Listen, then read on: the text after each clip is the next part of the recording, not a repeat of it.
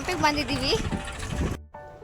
ಹಂಪಿಯಲ್ಲಿ ನೋಡ್ತಾ ನೋಡ್ತಾ ತುಂಬ ಅಂದರೆ ತುಂಬ ಖುಷಿಯಾಯಿತು.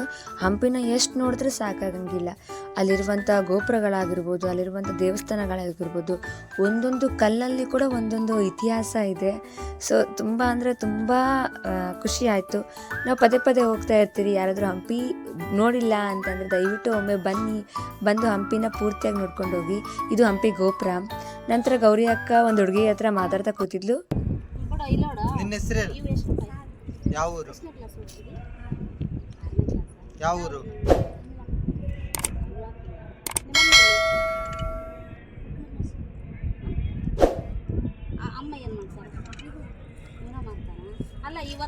ಹೇ, ಇಲ್ಲಿ ನೋಡಿ, ಈಗ ಆನೆ ತೋರಿಸ್ತಾ ಇದ್ದೀನಿ.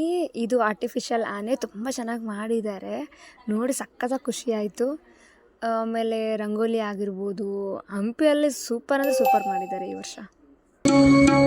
ಮೈಗಳ್ಳರೋ ನಾವು ಮೈಗಳ್ಳರೋ, ಮೈಗಳ್ಳರೋ ನೀವು ಮೈಗಳ್ಳರೋ, ಮೈಗಳ್ಳರೋ ನಾವು ಮೈಗಳ್ಳರೋ, ಮೈಗಳ್ಳರೋ ನೀವು ಮೈಗಳ್ಳರೋ, ಮೈಗಳ್ಳರೋ ನಾವು ಮೈಗಳ್ಳರೋ, ಮೈಗಳ್ಳರೋ ನಾವು ಮೈಗಳ್ಳರೋ.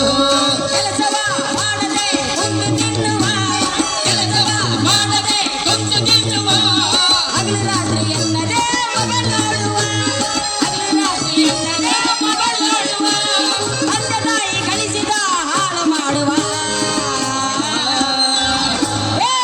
ಮೈಗಳ್ಳರೋ ನಾವು ಮೈಗಳ್ಳರೋ, ಮೈಗಳ್ಳರೋ ನೀವು ಮೈಗಳ್ಳರೋ, ಮೈಗಳ್ಳರೋ ನಾವು ಮೈಗಳ್ಳರೋ, ಮೈಗಳ್ಳರೋ ನಾವು ಮೈಗಳ್ಳರೋ. ಕಾರ್ಯಕ್ರಮನ ಮುಗಿಸ್ಕೊಂಡು ಮನೆ ಕಡೆ ನಮ್ಮ ಪಯಣ ಬೆಳೆಸಿದ್ವಿ.